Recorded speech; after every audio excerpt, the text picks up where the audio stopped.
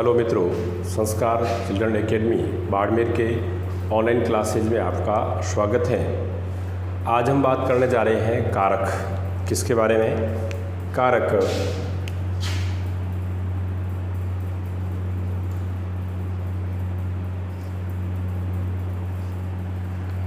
जिसमें अपन ये बात करेंगे कि कारक किसे कहते हैं, कारक के कितने भेद होते हैं और प्रत्येक कारक की अपनी अपनी क्या स्थिति है, तो उसके बारे में बात करने जा रहे हैं। तो कारक से संबंधित जो 10वीं बोर्ड में सवाल पूछा जाता है, 3 नंबर का सवाल पूछा जाता है और उसमें अपन को ये स्पष्ट करना होता है कि एक वाक्य होता है और उस वाक्य के अंदर आपको कारक का पता करना होता है, क्रिया का पता करना होता है और काल का पता करना होता है और 3 नंबर का सवाल ये पूछा जाता है।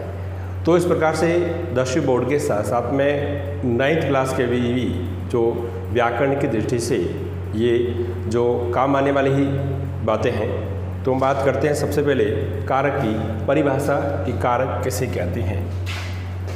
अब देखिए कारक की परिभाषा।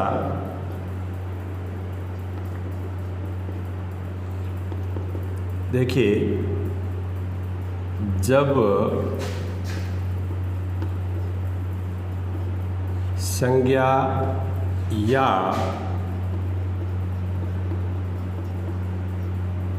सर्वनाम पदों का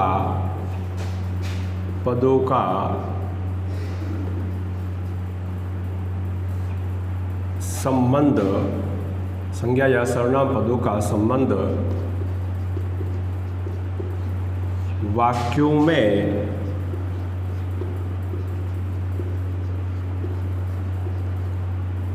में प्रयुक्त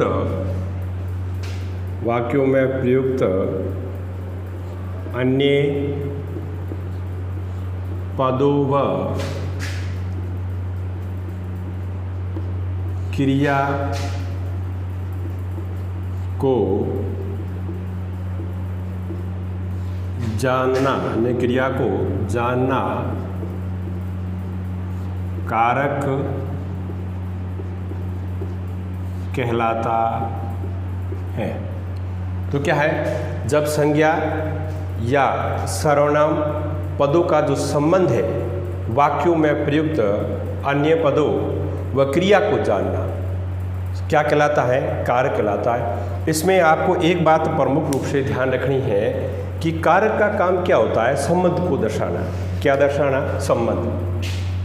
एक प्रमुख बात आपको ध्यान ये रखनी है कि संबंध को दर्शाना। कारक क्या करता है? संबंध को दर्शाता है।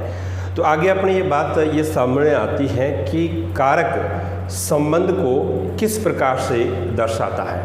तो कारक अपने तो संबंध को विभक्ति के माध्यम से दर्शाता है। किसके माध्यम से? विभक्ति। जो विभक्ति अर्थात इन्हें परसर्ग भी कहती है, ध्यान रखना। परसर्ग विभक्ति या परसर्ग के माध्यम से जो कारक है अपने संबंध को दर्शाता है। अब अपने सामने ये बात आती है कि विभक्ति या परसर्ग किसे कहते हैं। तो कारक के संबंध को पहचानने के लिए, कारक के संबंध को पहचानने के लिए जो विभक्ति चिन्ह, जो विभक्ति परसर्ग काम में लिए जाते हैं उन्हें क्या कहते हैं? विभक्ति चिन्ह कहते हैं। ठीक है। तो अभी अपन बात करते हैं कि विभक्ति चिन्ह कौन कौन से होते हैं, उसके बारे में अभी अपन बात करते हैं कि किस प्रकार से विभक्ति चिन्ह के माध्यम से जो कारक अपने संबंध को दर्शाता है, कारक को बताता है। तो कारक के 8 भेद हैं। कितने भेद हैं? कारक के 8 भेद हैं। कारक के कुल कितने भेद हैं? 8 भेद हैं।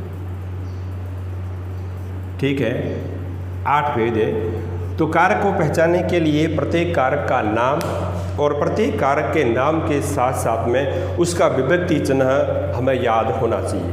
कैसे? कर्ता ने कर्म को करण से, संप्रदान के लिए, अपादान से अलग, संबंध का के री, ना ने री और अधिकरण में पे पर, संबोधन हे ओ अरे। तो इस प्रकार से प्रत्येक कारक का नाम और प्रत्येक कारक का विभक्ति चिन्ह हमें ध्यान में होना चाहिए। तो उन विभक्ति चिन्हों के माध्यम से और उन परसर्ग के माध्यम से हम आराम से स्पष्ट कर सकते हैं कि इसमें ये कारक जो प्रयुक्त हुआ है। जैसे अभी अपन लिखते हैं भेदों के नाम, जैसे यहाँ लिखते हैं कारक, और ये इसके चिन्ह।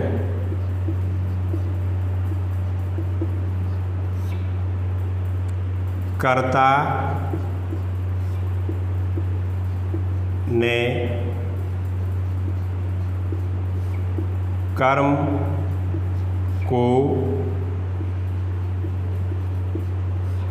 करण से या के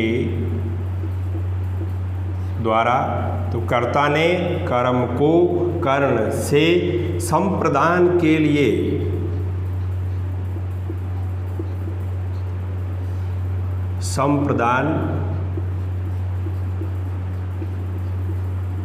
लिए अपादान से अलग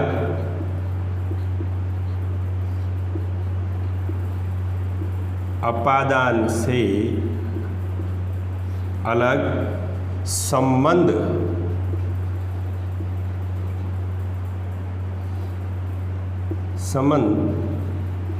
का के की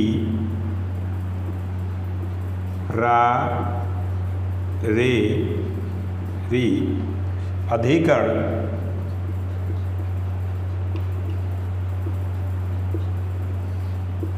में पे पर संबोधन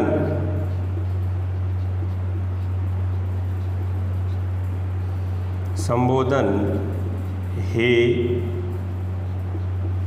ओ अरे, और उसके बाद में इसके पीछे विस्मयादि बोधक चिन्ह काम में लिया जाएगा। ठीक है, ये कारक और इस कारक का विभक्ति चिन्ह, इन्हें विभक्ति चिन्ह कहो या परसर्ग कहो, एक ही बात है। विभक्ति चिन्ह को या परसर्ग कहो, एक ही बात है। तो ये हमें फॉर्मूला पूरा याद है तो आराम से स्पष्ट कर सकते हैं कि इसमें ये कारक काम में लिया गया है। ये इसमें विभक्ति चिन्ह के माध्यम से हम आराम से पता कर सकते हैं। ठीक है, कर्ता ने कर्म को कारण से संप्रदान के लिए अपादान से अलग संबंध का के री रा रे री अधिकरण में पेपर संबोधन हे हो हरे। और कुल कितने हो गए ये देख लो, 1 2 3 4 5 6 7 और ये कुल हो गए 8 इसके भेद है। 8 भेदों के बारे में मैंने बात की थी और ये 8 भेद हमारे अभी सामने। उसके बाद में अभी अपन बात करते हैं एक एक कारक के बारे में कि कौन सी कारक की क्या स्थिति है। अभी अपन इसके बारे में बात करते हैं कौन से कारक की क्या स्थिति है। अब जैसे सबसे पहले अपन बात करें कर्ता कारक की। कर्ता कारक 1 नंबर जैसे हैं कर्ता और इस कर्ता कारक का जो विभक्ति चिन्ह है वो क्या है, ने है। तो कर्ता सबसे आशय है क्रिया को करने वाला। कर्ता किसे कहते हैं, क्रिया को करने वाला। अब कोई भी वाक्य है, उस वाक्य के अंदर कोई न कोई काम करने वाला होगा, कोई न कोई एक्टिविटीज करने वाला होगा। तो कर्ता सबसे आशय क्या है, क्रिया को करने वाला हमेशा ही क्या कहलाता है, कर्ता कहलाता है। जैसे राम ने पुस्तक पढ़ी, राम ने पुस्तक पढ़ी, राम ने पुस्तक पढ़ी। तो देखिए ये कर्ता कौन है, राम इसमें संज्ञा शब्द है, राम इसमें संज्ञा शब्द है और इसके साथ साथ में कर्ता कारक है। कर्ता कारक कैसे है कि ने इसका विभक्ति चिन्ह आया है, ने इसका विभक्ति चिन्ह आया है और इसका परसर्ग आया है और पुस्तक इसमें क्या है, कर्म है। पुस्तक क्या है, कर्म है। तो इस प्रकार से राम ने पुस्तक पढ़ी और वह पाठ पढ़ता है, और श्याम ने गाना गाया, जैसे श्याम ने गाना गाया, ठीक है, श्याम ने गाना गाया, श्याम ने गाना गाया। तो भी इसमें क्या है, नए पर सर्ग आ रहा है। तो इस प्रकार से जो उसमें ये कार्य को करने वाला करता है, कर्ता सबसे आशय है कि क्रिया को करने वाला, क्रिया को करने वाला होता है, ठीक है, वो कौन होता है, कर्ता होता है। तो इस उपसर्ग के आधार पर और उपसर्ग के साथ साथ में ये बात हमको ध्यान में रखनी है कि कार्य है वो किसके द्वारा किया जा रहा है, और उसके साथ साथ में इसका जो उपसर्ग है उसके माध्यम से आराम से स्पष्ट कर सकते हैं। ये कर्ता कारक की बात हुई। अगला है कर्म। दूसरा हमारा कारक कौन सा है, कर्म कारक है। और कर्म कारक का जो विभक्ति चिन्ह है, उपसर्ग क्या है, को है, क्या है, को। जैसे उदाहरण के तौर पर अपन बात की जाए, राम ने रावण को मारा, राम ने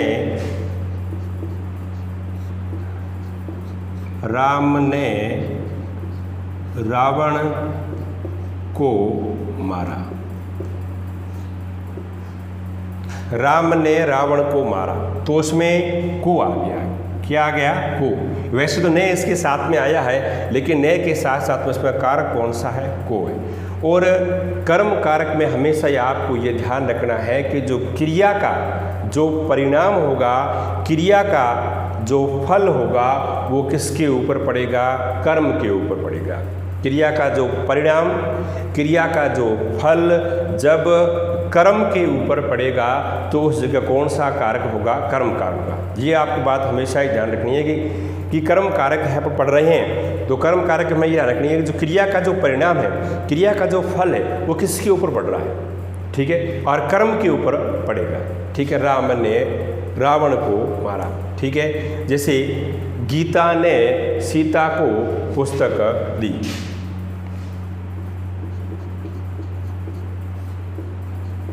गीता ने सीता को पुस्तक दी। अब देखिए, गीता ने सीता को पुस्तक दी, तो इसमें भी क्या है, को आया। क्या आया है, को आया है। तो इस प्रकार से जिस जगह विभक्ति चिन्ह को आ रहा है और जो क्रिया का जो परिणाम है, क्रिया का जो फल है, वो किसके ऊपर पड़ रहा है, यदि कर्म के ऊपर पड़ रहा है, ठीक है। और उसी के साथ साथ में यदि कोई सजीव वस्तुओं के बारे में बात की जा रही है, कोई सजीव ताकि बात की जा रही है, तो उस जगह को उपसर्ग ही आएगा। राम ने रावण को मारा, इसमें सजीव है। गीता ने सीता को पुस्तक दी, सजीव है। तो जहाँ सजीवों की बात की जाती है तो उस जगह को उपसर्ग को काम में लिया जाता है। इस उपसर्ग को आपको ध्यान में रखना है। उसके बाद में अगला हमारा जो कारक है वो है करण। तीसरा हमारा कारक होगा, वो कौन सा है, करण, ठीक है। तो करण शब्द का शाब्दिक अर्थ ये है साधन या माध्यम, ये ध्यान रखना, ठीक है।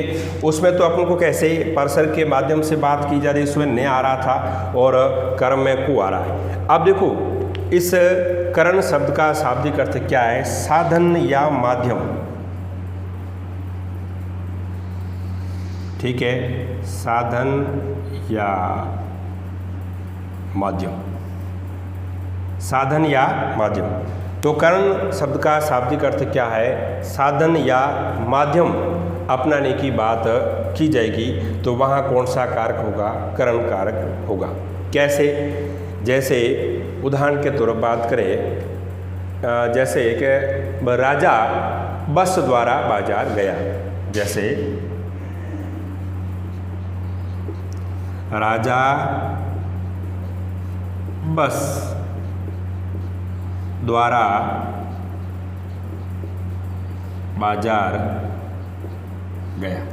तो देखिए इसमें राजा कहाँ गया है, बाजार गया है, और बाजार जाने के लिए उसने साधन क्या अपनाया, बस अपनाई। क्या अपनाई, बस अपनाई।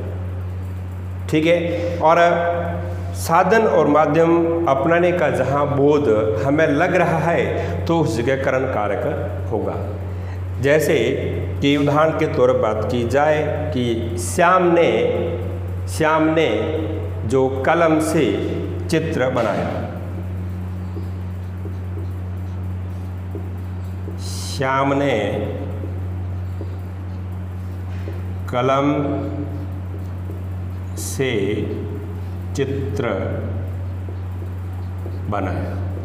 तो देखिए इसमें क्या आ रहा है, करण कारक में से आ रहा है। क्या आ रहा है, से आ रहा है। तो श्याम ने चित्र बनाया, और चित्र बनाने के लिए साधन माध्यम क्या अपनाया, कलम। क्या अपनाई, कलम। इसलिए तो इसके कौन सा कारक हो गया, ठीक है, तो करण कारक हो गया। जैसे सोनिया बैट से खेलती है, सोनिया किससे खेलती है, बैट से खेलती है। तो सोनिया ने खेलने के लिए क्या साधन और माध्यम अपनाया, बैट अपनाया। तो इसलिए क्या है कि जिस जगह साधन और माध्यम अपनाने का बोध हो उस जगह करण कारक होगा। आपको सीधे एक ही बात ध्यान रखनी है, इसमें चाहे ने आ रहा है या कुछ भी आ रहा है, से आ रहा है, जिस जगह साधन और माध्यम अपनाने की जहाँ बात की जाएगी तो उस जगह आप सीधे ही आराम से जो करण कारक कर सकते हो। तो अपन अगली बात करने जा रहे हैं संप्रदान कारक। कौन सा कारक, संप्रदान, जो हमारा चौथा कारक है।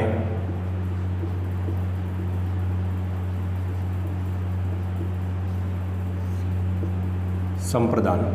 अब देखिए सबसे पहले आप इस कारक के नाम को ही समझना है, ठीक है। सम धन प्रदान, प्रदान शब्द का अर्थ क्या है, देना, कुछ न कुछ देना, ठीक है। जिस कारक में जिस जगह जो देना, जिस जगह क्या है, हमें कुछ न कुछ जो देने का भाव बोध हो, ठीक है। ऐसे शब्द, ऐसे पदों में, ऐसे वाक्य में जिस जगह कुछ न कुछ हमें देने का जब भाव बोध प्रकट होगा तो उस जगह संप्रदान होगा। आपको यही बात ध्यान में रखनी, प्रदान क्या है, प्रदान, प्रदान का अर्थ क्या है, कुछ न कुछ देना। जैसे उदाहरण के तौर पे राजा ने गरीबों को फल बांटी। देखिए राजा ने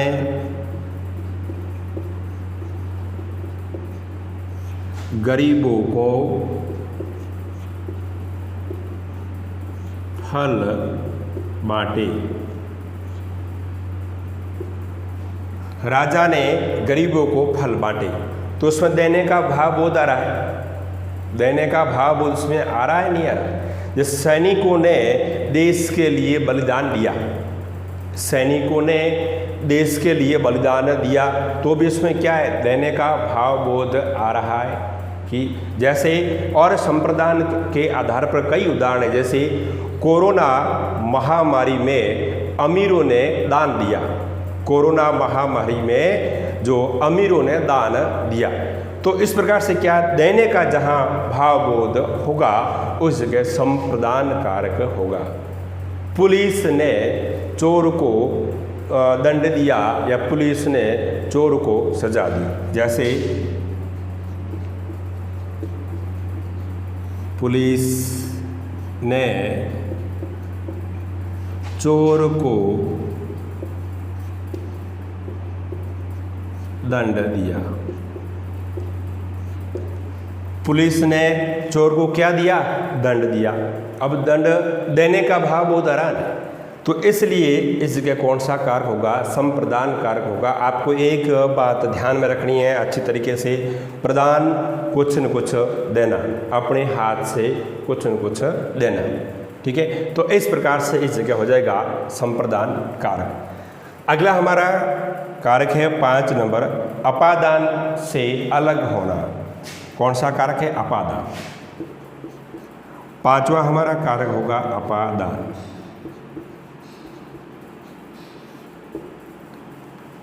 कौन सा है, अपादान। तो अपादान कारक में, ठीक है, एक बात आपको ध्यान रखनी है, ऐसे शब्दों में, ऐसे वाक्यों में जिस जगह अलग होने का भाव बोध हो, जिस जगह अलग होने का जो भाव बोध होगा तो उस जगह कौन सा कारक होगा? अपादान कारक होगा। जैसे पेड़ से पत्ता गिरता है, ठीक है, तो ये बात आपको ध्यान रखनी है। पहले तो अपादान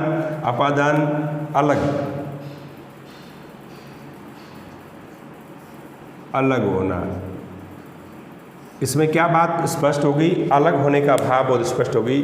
जैसे उदाहरण के तौर पर अपन बात करते हैं, पेड़ से पत्ता गिरता है। अब पेड़ से क्या गिरता है? पत्ता गिरता है। अब पेड़ ऊपर है और टूटकर पत्ता नीचे गिर गया है, और टूटकर पत्ता नीचे गिरने से उसमें क्या हो गया? अलगाव हो गया। क्या हो गया? उसमें अलगाव हो गया। तो जिस जगह अलग होने का, अलगाव का जो भाव बोध होगा तो उस जगह अपादान कारक होगा। ये आपको बात ध्यान रखनी है। अपादान यानी से अलग। जैसे हिमालय से गंगा निकलती है,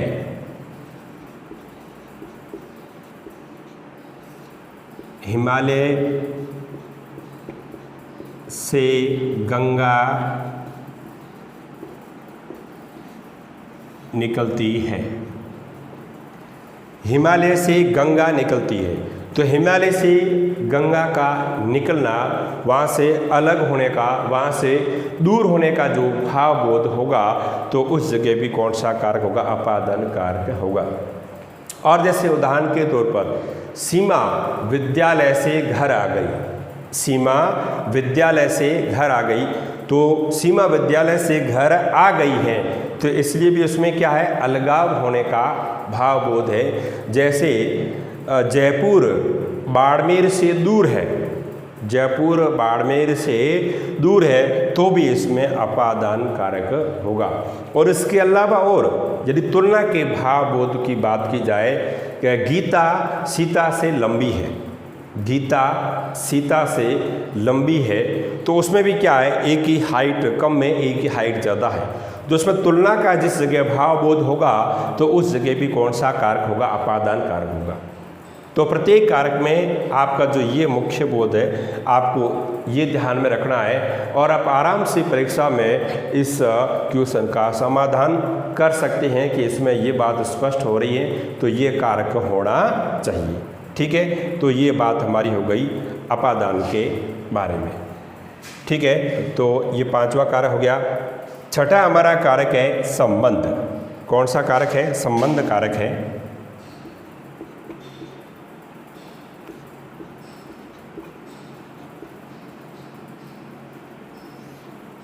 तो देखिए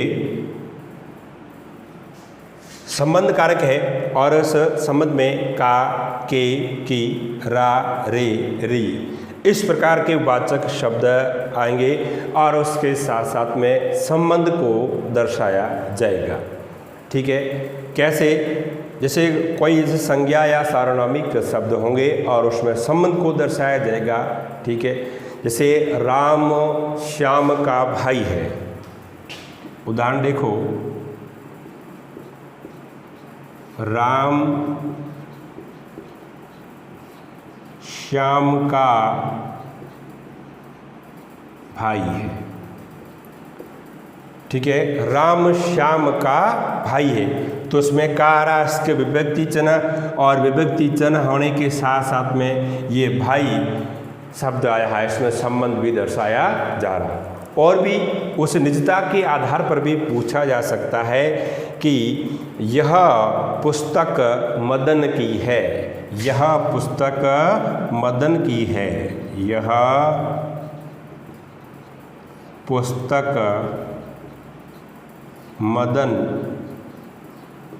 की है, यह पुस्तक मदन की है, यह पुस्तक मदन की है। और उसके अलावा जिसमें निजता का भाव बोध होगा और कोई वस्तु है उसके साथ में भी अपना जा संबंध को दर्शाया जाता है तो उस जगह ये बात होगी। जैसे के आया, के आया।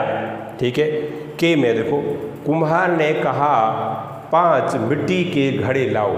कुम्हार ने कहा 5 मिट्टी के घड़े लाओ। कुम्हार ने कहा 5 मिट्टी के घड़े लाओ। कैसे? मिट्टी के घड़े लाओ। तो इस जगह क्या दर्शाया जा रहा है? संबंध को दर्शाया जा रहा है। तो उस जगह जो कौन सा कारक होगा? संबंध कारक होगा। तो इस प्रकार से ये संबंध कारक के बारे में आपको बात समझ में आई होगी। तो देखिए, अब अगली बात अपन करने जा रहे हैं अधिकरण कारक। अब हमारा कौन सा कारक गया है? अधिकरण कारक।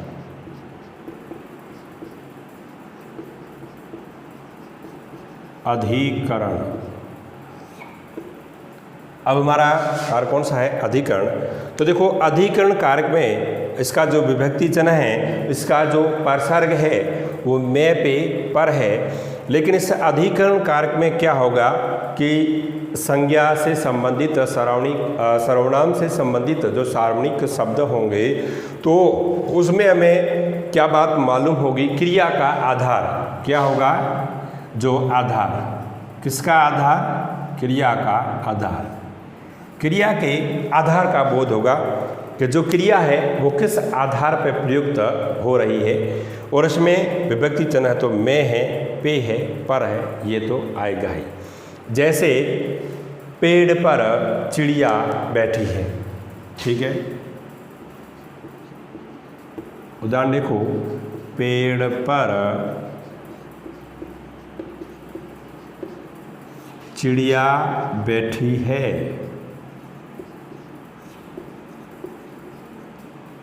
तो देखिए, इसमें ये पर आ गया, ठीक है। इसका जो अधिकरण कारक है, अधिकरण कारक का जो विभक्ति चिन्ह है वो पर आ गया। और क्रिया का आधार क्या है? जो चिड़िया है वो पेड़ के ऊपर बैठी है। कहाँ बैठी है? पेड़ पर बैठी है। और उसके साथ साथ में पर, ठीक है, मैं। जैसे मैं जो घर में बैठा हूँ, मैं घर में बैठा हूँ,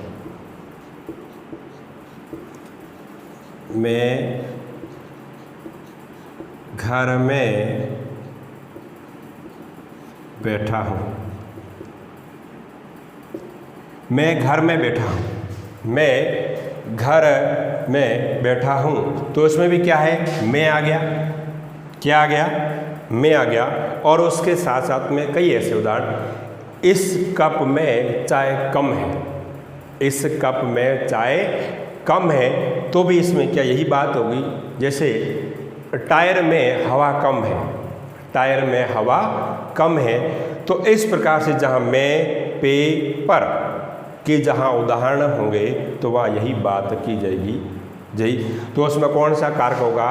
अधिकरण कारक होगा। और अगला हमारा कारक है संबोधन कारक। कौन सा कारक है? 8 नंबर जो हमारा कारक है, जो कौन सा है? संबोधन। संबोधन। संबोधन कारक। तो संबोधन कारक में क्या होगा? ऐसे संज्ञा और सार्वनामिक शब्द के साथ में किसी को संबोधित करने का, किसी को संबोधित करने का जिस जगह भावबोध होगा, जिस जगह किसी को संबोधित करने का, किसी को बुलाने का जिस जगह भावबोध होगा, तो वहाँ कौन सा कारक होगा? संबोधन। और आपको पता ही है कि किसी को संबोधित किया जाता है तो उसके बाद में जो कौन सा विस्मयादि बोधक आप चिन्ह कहो, तो विस्मयादि बोधक चिन्ह लगाया जाता है, ठीक है। ये बात आपको ध्यान में रखनी है। इसमें हे आ सकता है, ओ आ सकता है, अरे आ सकता है, ठीक है। जैसे आप लिखते हैं, हे भगवान, हे भगवान मेरे देश को बचाना।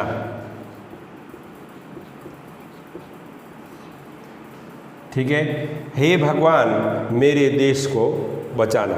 तो उसमें क्या आप भगवान को संबोधित कर रहे हैं, भगवान को पुकार रहे हैं, भगवान को बुला रहे हैं, भगवान को संबोधित कर रहे हैं। तो इस जगह जो कौन सा कारक हो रहा है? संबोधन कारक हो रहा है। और उसी प्रकार से अरे अरे, जैसे अरे अरे सुनो जी,